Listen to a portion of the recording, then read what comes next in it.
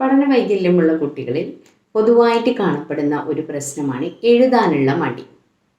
ഇതിനുള്ള കാരണങ്ങൾ എന്തൊക്കെയാണെന്ന് നമുക്ക് നോക്കാം. പൊതുവായിട്ട് ഇത്തരം കുട്ടികൾ പേന പിടിക്കുന്നത് തെറ്റായ രീതിയിലായിരിക്കും. നിങ്ങൾ ശ്രദ്ധിച്ചിട്ടുണ്ടാവുമെന്നറിയില്ല. ഇത്തരം കുട്ടികൾ പേന പിടിക്കുന്നത് ഒന്നുകിൽ ഇങ്ങനെ ആയിരിക്കും, അതല്ലെങ്കിൽ 2 or 3 വിരലുകൾ കൂട്ടിപ്പിടിച്ചിട്ട് ആയിരിക്കും അവർ പേന പിടിക്കുന്നത്. അതല്ലെങ്കിൽ പേനയുടെയൊക്കെ അറ്റത്ത് ചെന്നിട്ട് കൂട്ടിപ്പിടിക്കുന്നുണ്ടായിരിക്കും.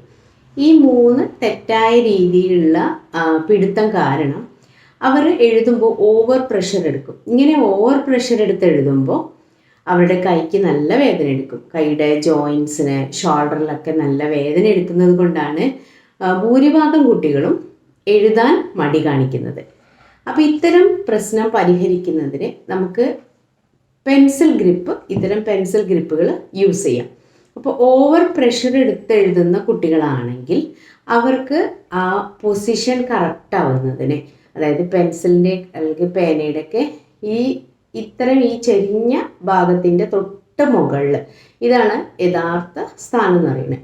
ഇവിടെ ഈ പെൻസിൽ ഗ്രിപ്പ് ഇട്ടതിന് ശേഷം എഴുതുമ്പോൾ അത് യഥാർത്ഥ പൊസിഷനിലാവുകയും ചെയ്യും. അവർ ഓവർ പ്രഷർ കുറയ്ക്കുകയും ചെയ്യും. ഇനി തെറ്റായ രീതിയിൽ പേന പിടിക്കുന്ന കുട്ടികൾ, അതായത് പേന ഇങ്ങനെ കൂട്ടിപ്പിടിക്കുന്നൊക്കെ കുട്ടികളാണെങ്കിൽ അവർക്ക് ഇത്തരം പെൻസിൽ ഗ്രിപ്പുകളാണ് നമ്മൾ യൂസ് ചെയ്യേണ്ടത്.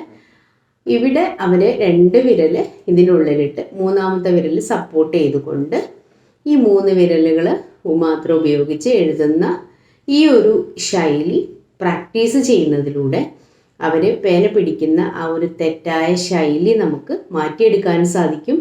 അവർ ഓവർ പ്രഷർ കൊടുക്കുകയില്ല. ഒരു പരിധിവരെ അവരുടെ എഴുതുന്നതിനുള്ള മടി നമുക്ക് ഇതിലൂടെ കുറയ്ക്കാൻ സാധിക്കും. Okay, thank you.